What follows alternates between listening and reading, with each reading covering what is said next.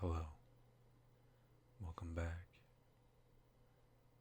Now,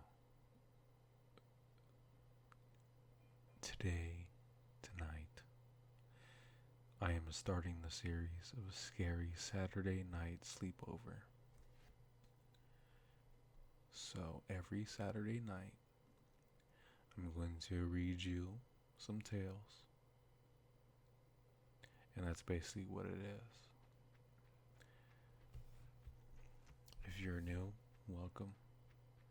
And if you're a returning subscriber, thanks. Now let's get started.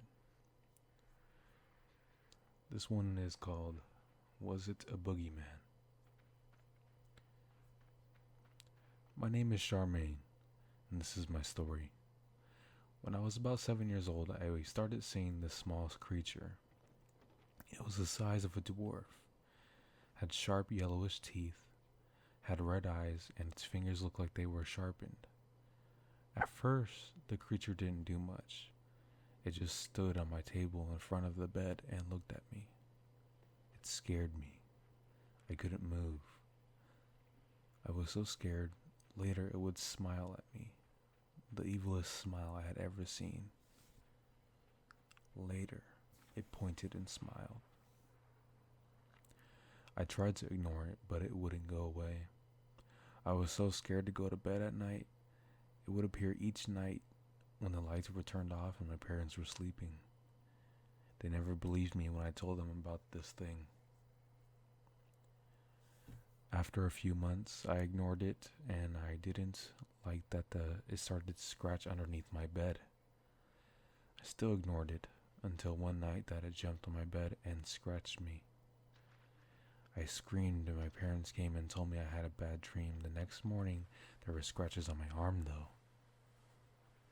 This continued over 6 years.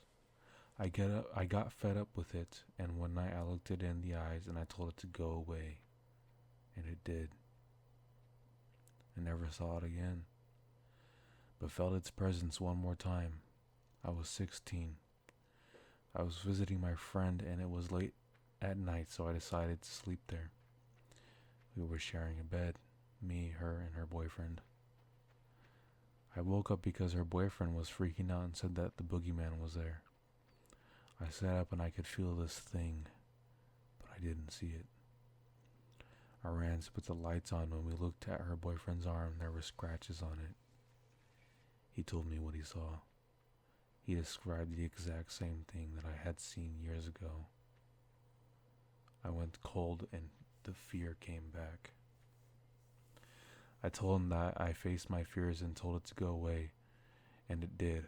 This thing lives on fear. He tried it. After a while, the thing went away. Does anyone want to know what this thing is? Has anyone else seen this thing too? And that is the end of Was It the Boogeyman story. Pretty creepy, huh? If it's true, I don't know. That's up for you to decide. Now, let's see. This one is called My Worst Nightmare as a Nurse. This took place 4 years ago when I was a new nurse. I live in Sweden, and I'll take a moment to explain what my job was like. On evenings, nights, and weekends, there is a phone number that people can call and ask for medical advice. And if needed, a nurse can be sent out to have a look and do easier tasks: stitching, dress a wound, listen to the lungs, etc. And if needed, send the person to a hospital. It's to help those who needed medical care, but not desperately enough to need to go to the emergency room. One night, I was asked to go to an address and see an old lady who had fallen earlier that day and needed someone to check in on her since she lived alone. Easy enough, I thought. I was given the strangest directions to find the address, such as turn left when you see a stone that looks a bit like a badger. It's an understatement to say this place was in the middle of nowhere. It took me almost an hour to get there. the snow and ice on the road making it more difficult. Normally we work in pairs, but it was a busy night and this seemed like an easy job to do on our own. So my coworker and I decided to split to save time. As I approached the house, a small wooden cottage with no other houses in sight, I got the feeling I was being watched. If I had just trusted my instincts and turned around, it would have saved me much problems. But it didn't. There was no doorbell, and the door was open, so I stepped inside shouting, "It's the nurse. I've come to see what you're doing okay, Miss K." There was no answer, and I couldn't find the light switch, so I took my mobile phone and I used the flashlight. The place smelled like cat urine and mold, and I wondered if the old lady hadn't heard me, and if I would scare her half to death showing up in the darkness at her home.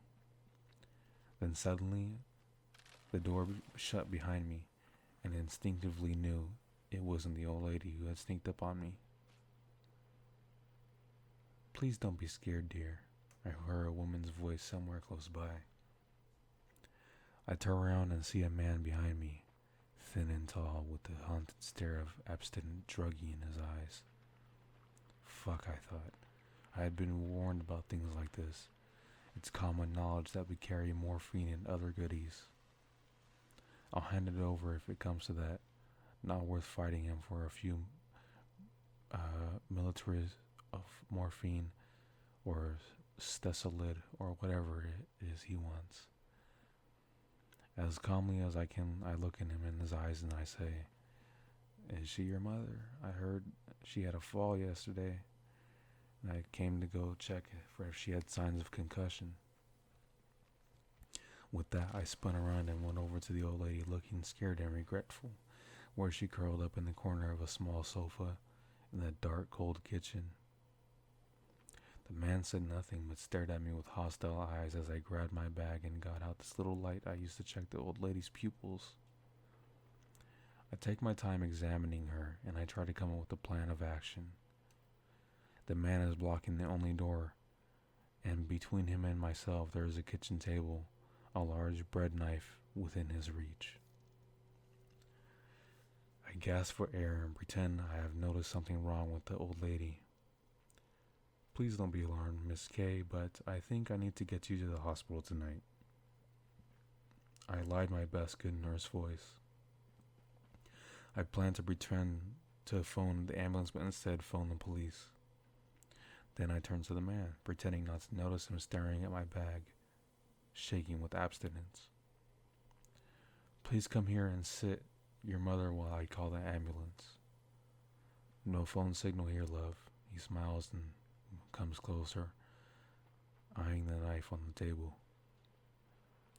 I realize that it might take a long time before my coworker starts to miss me, and when she does, she won't know exactly where I am.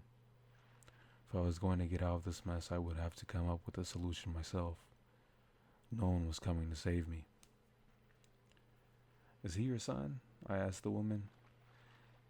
"He takes my pain medicine from me," she sobs, "and my pension. I'm sorry, he scares me." I look at the bum of her forehead and realize that it's not from a fall, but from a punch. So he must be violent then, I thought to myself. It seemed that the smartest thing to do was to give him the drugs I had on me and hope he would be happy and let me go. But then what if he feared I would call the cops and that I knew who he was? "Give me your car keys and the bag," he says, a sly smile dancing on his thin lips. "No, I can give you something from the abstinence, but then I need to go to see my other patients. I'm running late."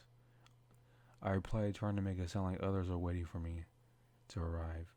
"I don't think you will have any more patients tonight." He was holding the knife in one hand, the sharp end up. He held it like he knew how to use it. People who threaten you with a knife but have no experience using one will often hold it high, but with the sharp point downwards. But if you know what you're doing and aim for the maximum damage, you pointed up. This was a red flag for me. Two thoughts ran through my mind at this point. He is violent, unpredictable, druggy. Might want to kill me and the old lady, but I will fight with everything I've got, even if it's not that much. At that moment, I throw over the bag, intentionally aiming for the corner so he had to turn around to retrieve it. As he did, I took a few steps forward and kicked the knife out of his hands as hard as I could.